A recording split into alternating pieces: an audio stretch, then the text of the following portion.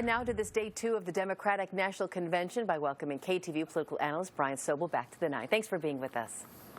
Happy to be here, Acacia. All right, has the convention pretty much gone exactly how you expected it to go so far?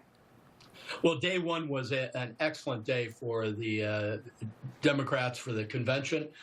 Went long, well after midnight on the East Coast, as Sal referenced. For those people who get up early in the morning, I don't know how many people could stay to the end of the Biden speech, but an excellent night overall.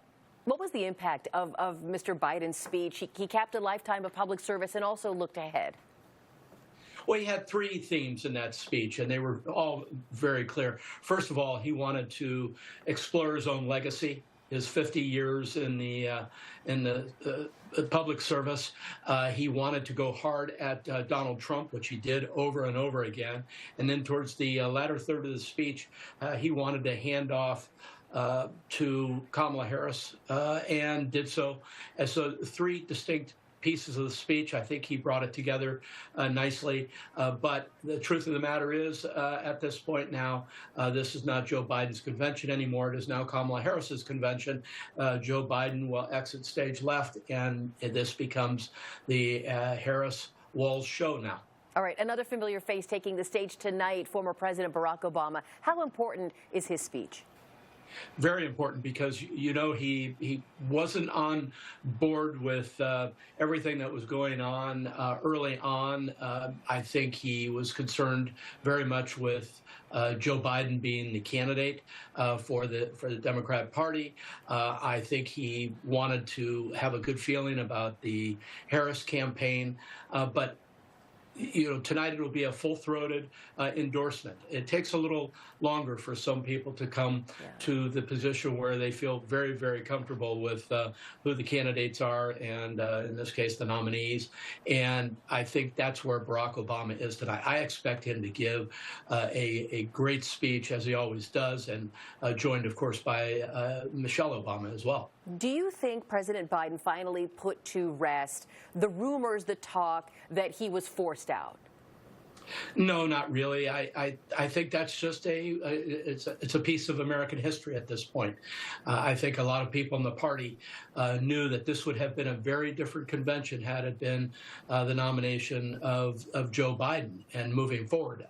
This convention now has all new excitement, and the conventioneers, but Democrats across the nation can get behind this new ticket. I don't think, Garcia, that would have been the case if Joe Biden had moved forward. And I think it was a feeling shared by a lot of Democrats around the country. All right. Some of the biggest name Democrats are speaking.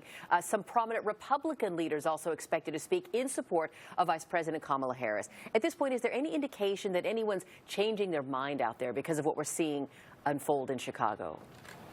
Well, these conventions provide a nice platform for candidates, for the party's platform in general.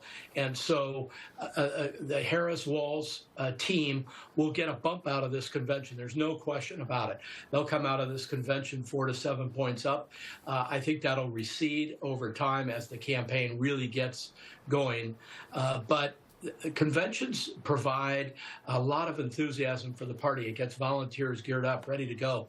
And when you watch these pictures here, or you watched it live last night, you knew that people in the arena were excited and ready to go, ready to move on. You know, with both parties, the convention is essentially a big televised party.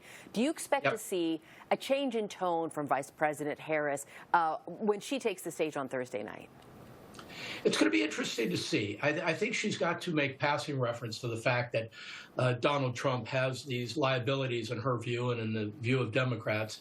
But she would be well advised, and she's very well advised, to sketch out a plan for America, the go forward plan. And if she does that successfully on Thursday, a lot of people will take note of the speech. And it's nice momentum coming out of a convention as you go on to the campaign trail. Again, this is, and you point out, these conventions are big parties. They are often preaching very much to the converted already, as we can see inside the arena. But it's how the convention ends and how Kamala Harris, in this case, frames her candidacy moving forward. That's going to be the key thing, and that's the job on Thursday night for her. Okay, 2 more nights to go. Brian Sobel, thanks as always for joining us. All right, of all the topics being discussed there at the Democratic National